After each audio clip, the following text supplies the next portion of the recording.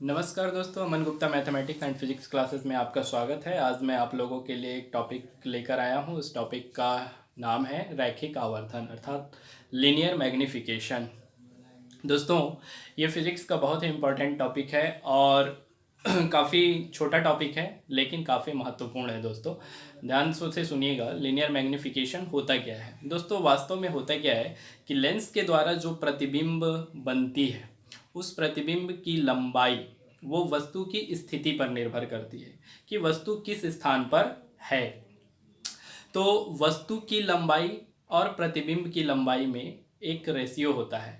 उसको मैं एक परिभाषा के रूप में बता दे रहा हूँ कि लेंस के द्वारा प्राप्त प्रतिबिंब की लंबाई और वस्तु की लंबाई में जो अनुपात होता है, अनुपात मतलब रेशियो होता है, उस अनुपात को रैखिक आवर्धन कहते हैं अर्थात लीनियर मैग्नीफिकेशन कहते हैं। दोस्तों लीनियर मैग्नीफिकेशन को स्मॉल m से रिप्रेजेंट किया जाता है। दोस्तों linear magnification small m equal to होता है प्रतिबिंब की लंबाई अर्थात लेंथ ऑफ इमेज अपॉन वस्तु की लंबाई अर्थात लेंथ ऑफ ऑब्जेक्ट। अगर हम इसको फार्मूला में देखेंगे तो ये होगा m equal to I upon O, जहाँ आई प्रतिबिंब की लंबाई हो जाएगी और ओ वस्तु की लंबाई हो जाएगी। दोस्तों अगर आपने मेरा चैनल अभी तक सब्सक्राइब नहीं किया है तो आपसे पुनः आग्रह है कि आप मेरा चैनल सब्सक्राइब कर लें, और नए यूजर्स के लिए भी मेरा निवेदन है कि आप सब भी मेरा चैनल सब्सक्राइब कर लें ताकि मेरे हर वीडियो का नोटिफिकेशन आपको प्राप्त हो सके। चलिए दोस्तों, अब आते हैं हम बोर्ड पर। लीनियर मैग्नीफिकेशन ये रहा दोस्तों, small m equal to I upon O, magnifying linear magnifying equal to I upon O. दोस्तों आई जो है वो प्रतिबिंब की लंबाई है और ओ जो है वो वस्तु की लंबाई है। दोस्तों आपके सामने दो डायग्राम है। एक डायग्राम ये है जो उत्तल लेंस के लेंस सूत्र में हमने प्राप्त किया था, और एक डायग्राम ये है जो अवतल लेंस द्वारा लेंस सूत्र अर्थात lens formula for concave lens में ये प्राप्त हुआ था, और ये lens formula of convex lens में प्राप्त हुआ था। दोस्तों ये जो पॉइंट दिख रहा है ये कन्वेक्स लेंस का ओरिजिन पॉइंट है अर्थात लाइट सेंटर ऑफ लाइट या प्रकाश केंद्र है, और ये जो ओ दिख रहा है दोस्तों ये अवतल लेंस का प्रकाश केंद्र है। दोस्तों अवतल लेंस के द्वारा जो वस्तु AB का प्रतिबिंब बना था वो A डैश B डैश काल्पनिक आभासी प्रतिबिंब बना था अर्थात काल्पनिक प्रतिबिंब बना था, और ये वस्तु की दिशा में वस्तु से छोटा था, जबकि इसमें उत्तल लेंस में वस्तु AB का प्रतिबिंब A डैश B डैश वास्तविक प्रतिबिंब बना था, उल्टा था। ठीक है दोस्तों, तो हम मान लेते हैं दोस्तों कि ध्यान दीजिएगा दोस्तों, या A डैश B डैश जो प्रतिबिंब है वो प्रिंसिपल एक्सिस के नीचे साइड है, और यहाँ पर AB वस्तु जो है वो प्रिंसिपल एक्सिस के अपर साइड या ऊपर साइड में है, जबकि इसमें दोस्तों प्रतिबिंब भी प्रिंसिपल एक्सिस के ऊपर है और वस्तु भी प्रिंसिपल एक्सिस के ऊपर है। ये दोनों त्रिभुज समरूप त्रिभुज है दोस्तों, और ABO A dash B dash O ये भी समरूप त्रिभुज है। दोस्तों मैं लिख देता हूँ कि कौन कौन से त्रिभुज समरूप हैं। त्रिभुज समरूप हैं दोस्तों, हमने इसके समरूप के लिए बताए थे दोस्तों कि लंब और लंब का अनुपात आधार और आधार के अनुपात के बराबर होता है अर्थात AB upon A dash B dash equal to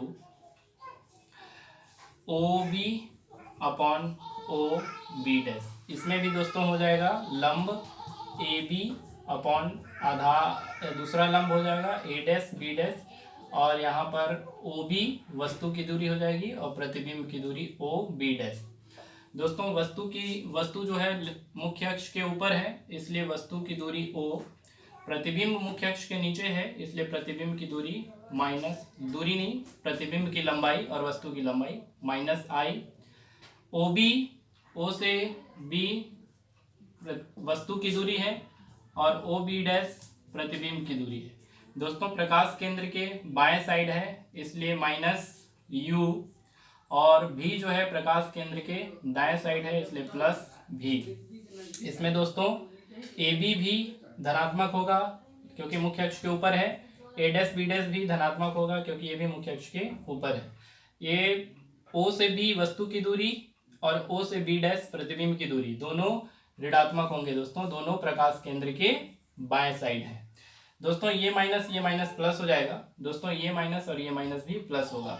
हम लोग इसको लिख सकते हैं दोस्तों I upon O upon I equal to U upon V, और इसको हम लोग लिख सकते हैं दोस्तों O upon I equal to U upon V। ठीक है दोस्तों, यहाँ पर O अपॉन I को हम लोग लिख सकते हैं I अपॉन O, तो यहाँ भी RHS भी चेंज हो जाएगा, U अपॉन V जो है वो हो जाएगा दोस्तों V अपॉन U, और इसमें भी सेम कर देते हैं, या I upon O equal to V upon U। दोस्तों गौर कीजिए, ये समीकरण M equal to I upon O है, तो हम इसी को लिख सकते हैं ना दोस्तों, या M equal to I upon O equal to V upon U। ये जो फार्मूला आएगा दोस्तों, ये रैखिक आवर्धन का फार्मूला होगा दोनों पक्षों में, और इसमें भी हो जाएगा दोस्तों M equal to I upon O equal to V upon U। ये रैखिक आवर्धन का फार्मूला होगा दोस्तों, ध्यान रखिएगा। ये फार्मूला ही हमारे न्यूमेरिकल का मेन फार्मूला है दोस्तों। हर न्यूमेरिकल के लिए इस फार्मूला का प्रयोग कर सकते हैं जो इससे संबंधित होगा। दोस्तों रैखिक आवर्धन में मुख्य कुछ बातें हैं, जैसे कि मैं बता दूं कि उत्तल लेंस में रैखिक आवर्धन 1 से अधिक, 1 से कम या 1 के बराबर हो सकता है। फिर अवतल लेंस में रैखिक आवर्धन हमेशा 1 से कम होता है। और तीसरा है दोस्तों कि वास्तविक प्रतिबिंब का आवर्धन ऋणात्मक होता है, जबकि आभासी प्रतिबिंब का आवर्धन धनात्मक होता है दोस्तों। चलिए एक न्यूमेरिकल सवाल चलते हैं दोस्तों। सवाल है कि एक उत्तल लेंस द्वारा किसी वस्तु की प्रतिबिंब 4 गुना तथा सीधा बनता है। यदि लेंस की फोकस दूरी 20 सेंटीमीटर हो तो वस्तु और प्रतिबिंब की दूरी ज्ञात कीजिए। दोस्तों गौर से पढ़िए, 2 बार पढ़िए, 3 बार पढ़िए प्रश्न को, और प्रश्न में देखिए कि कह रहा है कि उत्तल लेंस द्वारा प्रतिबिंब 4 गुना बनता है। मतलब दोस्तों दे रहा है लीनियर मैग्निफिकेशन +4। प्रतिबिंब 4 गुना सीधा तभी बनेगा जब प्रतिबिंब आभासी होगा दोस्तों, क्योंकि आभासी प्रतिबिंब में ही धनात्मक मान आता है या आवर्धन उसका धनात्मक होता है। दूसरा है दोस्तों कि लेंस की फोकस दूरी दी हुई है कि लेंस की फोकस दूरी f इक्वल टू 20 सेंटीमीटर। हम हल लिखेंगे और हल लिखने के बाद देंगे दिया है, इतना प्रश्न में दिया है दोस्तों हमारे पास m equal to I upon O equal to V upon U, ये लीनियर मैग्निफिकेशन का फार्मूला है दोस्तों। लेकिन लेंस सूत्र जो है दोस्तों 1 upon F equal to 1 upon V minus 1 upon U। इस सूत्र में एक बार lens formula 1 upon F equal to 1 upon V minus 1 upon U में एक बार U की वैल्यू और एक बार V की वैल्यू मल्टीप्लाई करने पर हमारे पास 2 फार्मूला आता है। First M equal to F upon U plus F, और दूसरी वैल्यू आती है M equal to F minus V upon F। दोस्तों हम पहले इस फार्मूले को सॉल्व कर लेंगे और फिर इस फार्मूले को सॉल्व करेंगे। देखिए M की वैल्यू 4 है और F की वैल्यू 20 है, दोनों में रख लेते हैं तो वस्तु की दूरी और प्रतिबिंब की दूरी प्राप्त। हमने वैल्यू पुट कर लिया दोस्तों। अब इसका तिर्यक गुणा करेंगे, इसको हल कर देते हैं दोस्तों। 4 का U में मल्टीप्लाई करेंगे तो 4 इंटू U प्लस 4 का 20 में गुणा करेंगे तो 20 चौको 80 इक्वल टू 20, और इसमें भी हो जाएगा दोस्तों 80 इक्वल टू 20 माइनस V। ये 80 को उधर ट्रांसफर कर देते हैं तो 4U इक्वल टू 20 माइनस 80, और इसलिए U इक्वल टू हो जाएगा दोस्तों -60 अपॉन 4। इससे इसमें सब्ट्रैक्ट करेंगे तो -60 आएगा। तो U इक्वल टू, यहाँ पे देखिएगा दोस्तों ये हो जाएगा 80 minus 20 equal to minus V, और ये सब्ट्रैक्ट होगा तो बचेगा यहाँ पे 60, यहाँ पे ओनली माइनस V।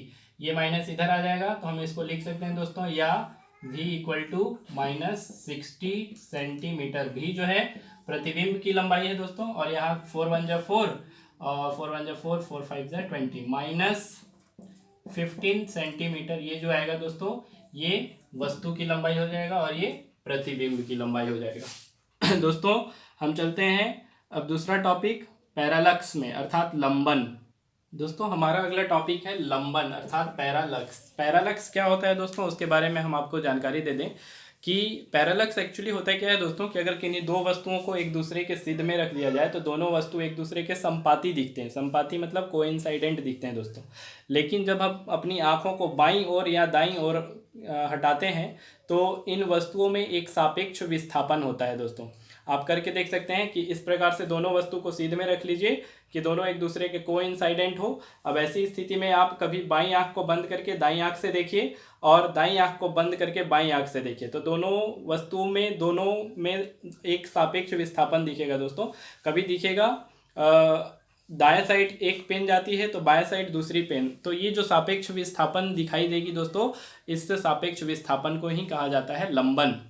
आप प्रैक्टिकल करके भी देख सकते हैं दोस्तों। एक वस्तु से भी किसको सामने रख लीजिए और एक बार बाईं आंख को बंद करके देखिए, एक बार दाईं आंख को बंद करके देखिए। इस प्रकार से बार बार देखिएगा तो ऐसा लगेगा कि आपके आंख के साथ साथ ये पेन या ये वस्तु जो है वो भी इधर उधर ऐसे गति कर रहा है। तो इस क्रिया को लंबन की क्रिया या पैरालक्स कहते हैं दोस्तों। आज हम आपके लिए न्यूटन्स फार्मूला लेकर आए हैं दोस्तों। ये क्लास 12th का सिलेबस का टॉपिक है न्यूटन फार्मूला, जिसमें हम बताते हैं दोस्तों कि यदि वस्तु प्राथमिक फोकस से x1 दूरी पर स्थित है तो द्वितीय फोकस से x2 दूरी पर उसकी प्रतिबिंब बनती है। इस प्रकार से हमारे पास आते हैं दोस्तों कि x1 x2 equal to f1 into f2। ये जो फार्मूला है दोस्तों यही न्यूटन्स फार्मूला कहलाता है। आइए हम इसके लिए एक डेरिवेशन प्राप्त करते हैं। न्यूटन सूत्र को सिद्ध करने से पहले हम लोग दोस्तों एक डायग्राम बनाए हैं। माना है कि ये एक लेंस है जिसका प्रकाश केंद्र O है। ये उसका मुख्य अक्ष है दोस्तों जो प्रकाश केंद्र से होकर गुजर रही है। मुख्य अक्ष के लेंस के बाएं साइड मुख्य अक्ष के लंबवत AB कोई वस्तु है जो प्राथमिक फोकस F1 से x1 दूरी पर स्थित है और इस वस्तु से होकर दो प्रकाश किरण जा रही है, एक मुख्य अक्ष के समांतर और एक F1 से। मुख्य अक्ष के समांतर आपतित प्रकाश किरण द्वितीय फोकस F2 से होते हुए पास हो जाती है और F1 से होकर जाती हुई प्रकाश किरण अपवर्तन के फलस्वरूप आफ्टर रिफ्रैक्शन वो मुख्य अक्ष के समांतर जाती है। दोस्तों यहाँ पे दोनों प्रकाश किरण एक दूसरे को मिलते हैं A डैश पर, तो वस्तु ए बी का प्रतिबिंब मुख्य अक्ष के नीचे A डैश B डैश बनता है। यह प्रतिबिंब मुख्य अक्ष के नीचे बनता है, उल्टा होता है, वास्तविक होता है और वस्तु के बराबर होता है दोस्तों।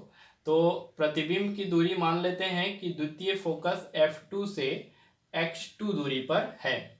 प्राथमिक फोकस दूरी F1 हो जाएगी और द्वितीय फोकस दूरी F2 हो जाएगी दोस्तों। तब माना दोस्तों कि लेंस की प्राथमिक फोकस दूरी F1 व द्वितीय फोकस दूरी F2 है। तब डायग्राम में देखिए दोस्तों, त्रिभुज ABF1 और त्रिभुज DOF1 ये दोनों समरूप त्रिभुज हैं।